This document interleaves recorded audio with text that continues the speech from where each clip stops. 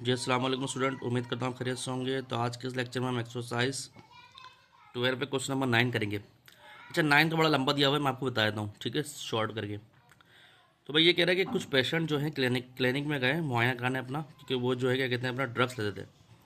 तो उनका ट्रीट हुआ ऑस्टियोपोरोसिस का। ये एक हड्डियों की बीमारी है जो बोसीदा हड्डी हो जाती हैं, कमज़ोर पड़ जाती हैं। तो कह रहा भाई पेशेंट सेलेक्ट हुआ रेंडमली, तो प्रोबेबिलिटी कितनी आई पेशेंट की जिसके अंदर कोई चेंज नहीं आया बोन में, 7/13।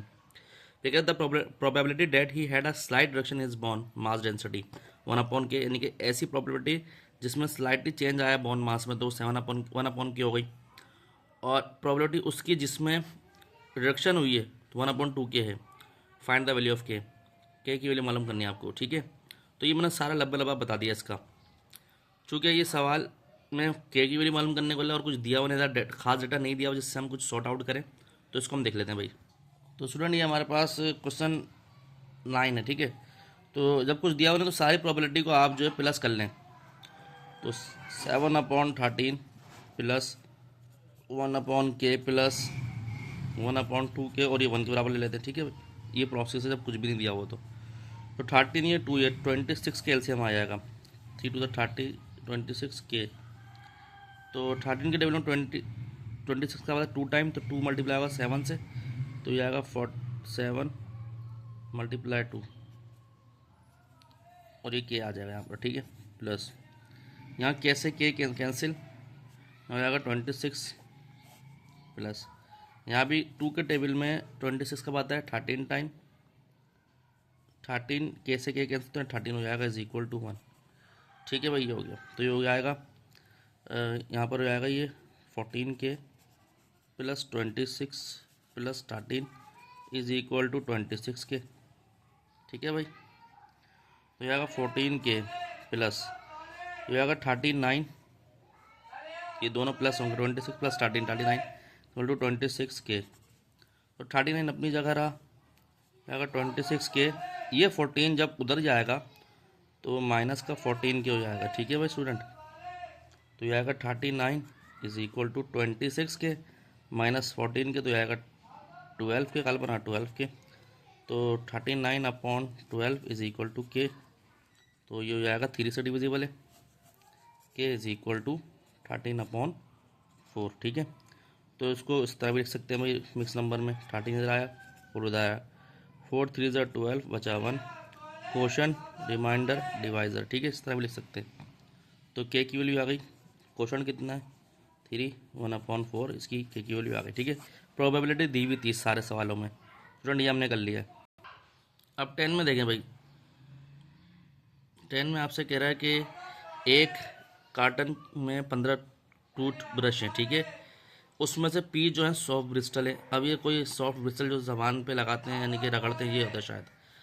After 5 more tooth brush with soft Bristol, 5 उसने टूथ ब्रश ऐड कर दिए, लेकिन जो 5 जो हैं वो सॉफ्ट ब्रिस्टल भी हैं कार्टन में, यानी कि वो जो है टूथ ब्रश भी हैं उसके साथ सॉफ्ट ब्रिस्टल भी, यानी कि दोनों एक ही हैं। Added to the carton, the probability of drawing a tooth brush with a soft bristle become 3/4। तो प्रोबेबिलिटी दी हुई है of drawing a tooth brush with the soft bristle become 3/4, find the value of P, ठीक है। इसको हम solve कर लेते हैं, इसका तमाम वो निकाल लेते हैं डेटा। टोटल टूथ ब्रश कितने हो गए भाई,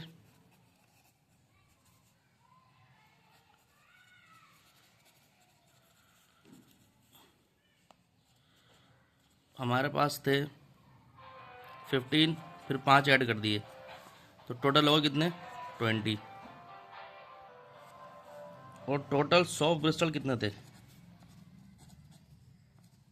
सॉफ्ट ब्रिस्टल ये थे हमारे पास कितने भाई, 5 पहले थे, पी पहले थे, फिर हमने 5 ऐड कर दिए थे, ठीक है। अब प्रोबेबिलिटी किसकी मालूम करनी है हमें, टूथब्रश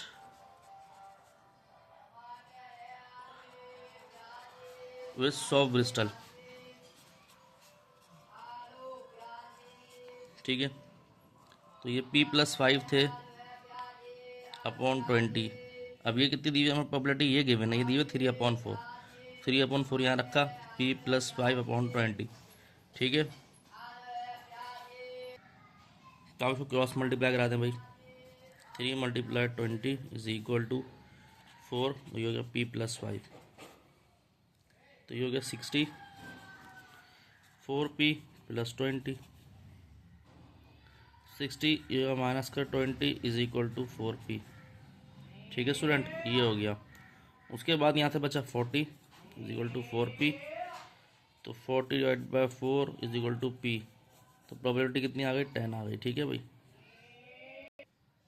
तो जो स्टूडेंट 9 और 10 हमने सॉल्व कर लिया। ठीक है, उम्मीद करता हूँ लेक्चर आपके समझ आया होगा।